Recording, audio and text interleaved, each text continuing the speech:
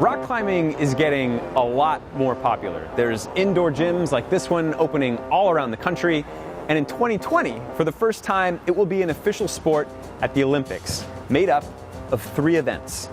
The first is lead climbing. That's scaling a tall wall using a rope that you use to anchor yourself along a route that changes from competition to competition.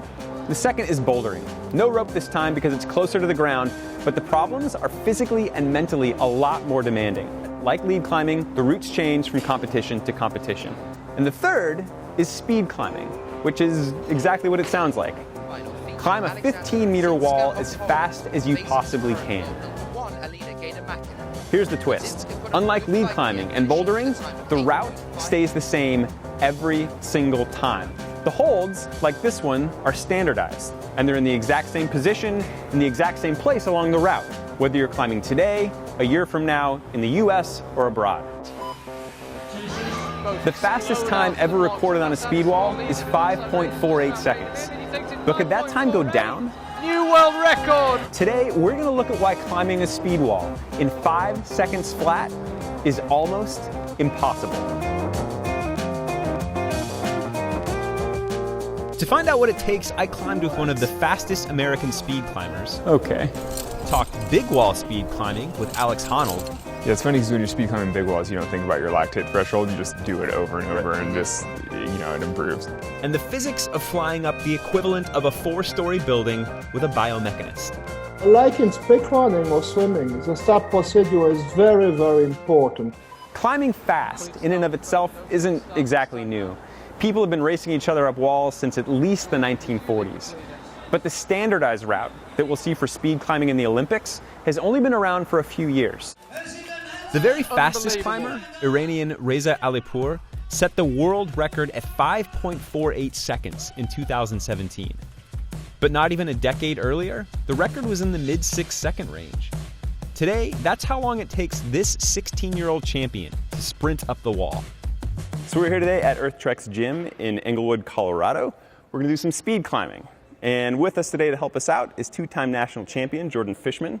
You have a couple records in speed climbing, right? Yeah. All right, he's very fast at it. And also with us is Alex Honnold. He is a speed climber of a different sort. He works on bigger walls. And you've actually never climbed this either, right? I have never climbed the speed wall. Awesome. This is going to be great. Learn. All right, I haven't either. I'm super nervous. Let's try this.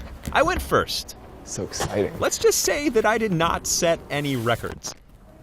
It's off like a rocket. It took me more than a minute to get up the wall. Okay, 1 minute, 15 seconds. All right, Alex's turn. Then it was Honnold's turn. Not surprisingly, he was much faster. He made it to the top in just under 30 seconds. 29 seconds. I feel all winded and kind of shaky. So the progression was 75 seconds, 29 and a half seconds. Let's see it, Jordan. Even with a couple of missteps, he scrambled up the wall in 8.5 seconds. Just a walk in the park. I don't know, it's pretty classic though that with mistakes and as a warm-up, it's still 8.5 seconds. Just for comparison, here is a shot of each of us on our first climbs. As you can see, I'm picking my way slowly up the wall, figuring out the holds as I go. To be totally honest, my main focus here is on not falling, so I'm being very deliberate with my movements, and as a result, climbing very slowly. Now take a look at Honnold, here in the middle. Like me, he's climbing this route for the very first time, so he's figuring it out as he goes, but he's still much faster. In the time it takes me to reach the top, Honnold could have climbed this route 2.5 times. And a lot of that has to do with his strength and confidence. But also, pay attention to his footwork. To move fast, he's using not just the holds on the wall, but the wall itself. Climbers call this smearing, and on the speed wall, it spares them from looking down to find footholds, saving them valuable time. And then there's Fishman, on the far right. He knows this route by heart, so he's relying on explosive strength and muscle memory to blast himself up the wall. Like Honnold, he's also smearing his feet. He's moving so fast that he stumbles a couple of times, but even with those missteps, he still soars up this wall. In the time it takes me to climb it once, Fishman could have climbed it and tagged the buzzer at the top nearly 9 times. I was obviously the slowest. It took me 75 seconds to complete the run. Alex was a lot faster than I was. He took just under 30 seconds to complete it. And Jordan, you took about, let's see, that's 8.5 seconds to run through that as a warm-up run. A few slips too. And you missed a couple holds. All right, but that's a huge difference. And I feel like a lot of it boils down to the style with which we were climbing it. Like I was being a lot more delicate about it. Alex, you were smearing a lot, so you were just putting your foot directly on the wall. I was trying to, but obviously there was a lot of room for improvement. So why were you doing that? Just so that I didn't have to think about the footholds as much. Basically, so I could focus on just making big moves between the handholds. All right, and then you just blazed through it, 8.5 seconds. So how do you trim off 20 seconds? Well, part of it is that he didn't have to think about anything because he knows exactly what to do. So his body's just executing without thinking about it. Yeah, that's the other thing. This is the first time I've ever done it. This is the first time Alex has ever done it. So there's nothing for us to do but improve. Right? That's the spirit. Yeah. How did you get faster? For one, knowing the route helps, and knowing the holds, like where you have to grab them and when you have to grab them, because that just thinking takes time off. So by doing that, you can get faster, and that also helps with your feet because you know where to place them, so you don't have to think about that either. As you might expect, the start is crucial. If you have a bad start, it can kind of ruin your run, because as you push off, you have to carry that momentum all the way up through the entire route. So if you don't get as fast at the start, typically your run isn't as fast, even if you can catch up speed. What Fishman and many other elite speed climbers do is bypass an entire hold. You want to go foot and hand at the same time. So you get back, you generate, and as you pull, you push off of this foot, cut, and you go both hands. And then catch like this. Yeah. And then you kind of start to barn door, but you want to carry the barn door through. And then fly upward. And then fly upward, exactly. The move is now called the reza for the Iranian climber who has used it to slash the record up the 15-meter wall to 5.48 seconds. Like it just shaves so much time off, and it almost makes you flow better through the next 3 or 4 moves because you're like better set up there already. But the reza is not easy. I struggled. So did Honnold. But even without the reza start, could we get faster? We each went again to find out. Yeah, nice. That's really good. I shaved 40 seconds off my first time, running it in 35 seconds. Honnold took 5 seconds off, doing a 24.5 second run.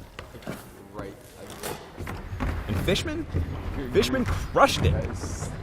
6.62 seconds. And your record is 6.38. Yep. Right? So that's crazy. And that's like, you were saying on any given day you come out. I feel like your record could be a lot lower. Yeah. Because if any random morning, we're not even that warmed up. We haven't. We just showed up and did a little climbing. Most days I'll get average anywhere from 6.5 to 6.8 or 9. Wow. But it all just depends on the run and the day you're having. So would you consider that a good run? Yeah, I think that's surprisingly good. Yeah, it's a decent average for me. I mean, for being semi-warm too. Huh.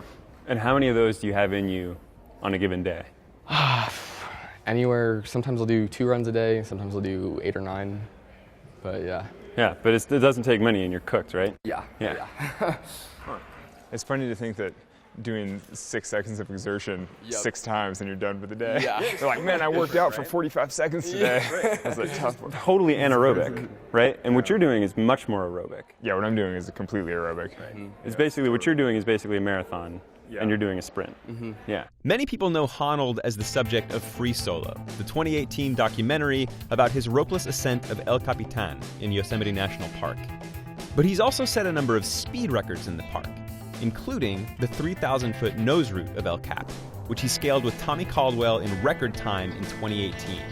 This footage of the record climb comes from an upcoming film from Reel Rock. It takes most people multiple days to complete that climb, but Honnold and Caldwell did it in just under 2 hours. Speed climbing outdoors is more about precision and smoothness than it is about being sloppy and fast. Which is part of the reason why people aren't climbing the nose in minutes, right? Yeah. That's the reason why it takes a couple hours to climb, pretty much most big walls outside. Yeah. Could you apply indoor speed climbing tactics to big walls? Not exactly. The thing about the speed wall indoors is that there's absolutely no risk. So you can be as free as you want. Like, you can take risks. But outdoors, if you take risks, you're gonna, you could potentially die on some. Right. And the climbing style is completely different. I went to Diablo Rock Gym in Concord, California to talk with Hans Florien. It's tough, so I usually will go off to the footholds on the sides. Florien literally wrote the book on speed climbing big walls and has owned the nose record numerous times. He was a speed climbing star in the 90s, but he's still really fast. This is the first ever World Championship Speed Climbing Cup. Ching, ching, ching. Yeah, fully drinkable. He's in his 50s, and last year broke both his legs and both his ankles falling on El Cap. He still beat me up the wall. Twice.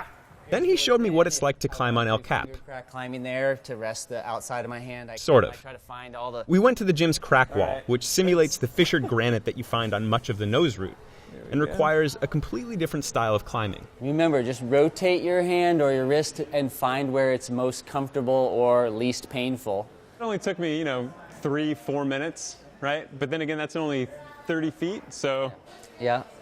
3,000 feet on El Cap, you do 99 more laps, and this would be a really long show. There we go. But that would be doing the nose in a day at the gym, right? And then there's the weight of all the safety equipment you have to take. You've got this extra added weight. This is probably, 11, 12, 13 pounds, and that's about what you'd carry if you were just going to climb the nose of El Cap in a single day. Still, experienced climbers like Florien and Honnold think the time for a classic route like the nose could still be brought down. And we thought it was kind of like the marathon, that it would, get close to 2 hours. Right. But then it turns out it actually wasn't that hard to break 2 hours. It's not like the marathon. It'll probably go down to 1:20. I think that if you applied the climbing pace that's used on an indoor climbing wall to El Cap, you could do it in half an hour. But it's just hard to imagine climbing that quickly while still placing protection and clipping your rope and managing all the other systems. But the speed wall is pure climbing. Could it get any faster? The start is clearly key, but there's more elements to the climb than that. So I called up French researcher Pierre Legrenier. And I was the first champion, speed climbing champion in France in 1989. And now I'm working in biomechanics in climbing. Legrenier has studied speed climbing data and found that the fastest athletes optimize their route to the top. It is like the fable of the hare and the turtle. The hare goes very fast and spends its time sleeping and walking around the path. So it will travel a lot of way and will take a lot longer than the turtle that never stops and moves in a straight line. And the speed climbing is similar. If the path of the body mass center is very, very long, the time at the end will also be very high. Take a look at this graph based on Legrenier's research. The blue line is the path that a climber's center of mass takes from the bottom of the climb to the top. The red lines are the furthest that a climber's center of mass moves, left or right. The straighter the blue line, and the narrower the red ones, the faster an athlete can climb. That is exactly what Reza did when he eliminated that fourth handhold. When the route was created, the idea of the route setter was to position the climber to the left in the starting position, like this. And thus the first 4 handholds of the route are positioned to the left of the racing lane. Here's video of Reza in 2013. As you can see, he makes this big arc going to the fourth hold. Here he is again in 2017, this time pulling off his signature move. It straightens the curve and makes him considerably faster. To make a weight that, it's necessary to arrive on the third handhold with a very high speed. But not all people use the Reza. It requires a lot of strength and coordination, and there's another variable as well. That's the texture of the wall itself. So the holds might not change, their position might not change, but some walls are super rough, which is good.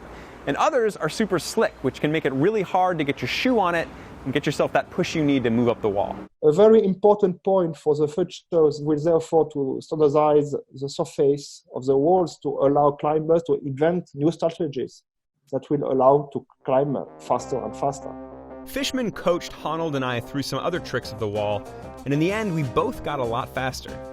I notched a run in just under 30 seconds, and Honnold pulled one off in 22.3 seconds. Neither of us ever completed the Reza, and I struggled with the dynos, big leaps from one hold to another. Legreneur thinks that one of the ways for climbers to go faster is to eliminate as many dynos as possible from their climbs. Let's face it, those big dynamic moves might look awesome in bouldering, but that doesn't make them fast on the speed wall. Here's a chart of climbing velocity up the speed wall. It's constantly rising and falling as the athletes progress up the climb, but the greatest variations come from dynos. I think that the dyno is a very, very technical movement that doesn't help to gain time, but which can lose a lot. Find a way to maintain contact through that same sequence of holds, and climbers could go even faster. Legreneur thinks that with other optimizations, the ultimate time in this already fast sport could drop by a lot. I think that the limit is around 4.50 seconds. So about a whole second faster. Yeah. So Okay. speed climbing is very young discipline that will greatly evolve with integration into the Olympic Games program. So consequently, very large scientific and financial resources will be invested on improving performance. Those resources could go to studying ways to maximize climbing power. Although after seeing Fishman's training routine, it's hard to imagine this sport getting any burlier than it already is. It's absurd. But with more athletes and coaches working on the wall, more variations like the Reza might be found to smooth and speed up the path. That will be, in my opinion, the greatest challenge for coaches and biomechanics. But until all of those things happen, just keep in mind that what elite climbers are doing on the speed wall and on big walls like El Cap is already almost impossible.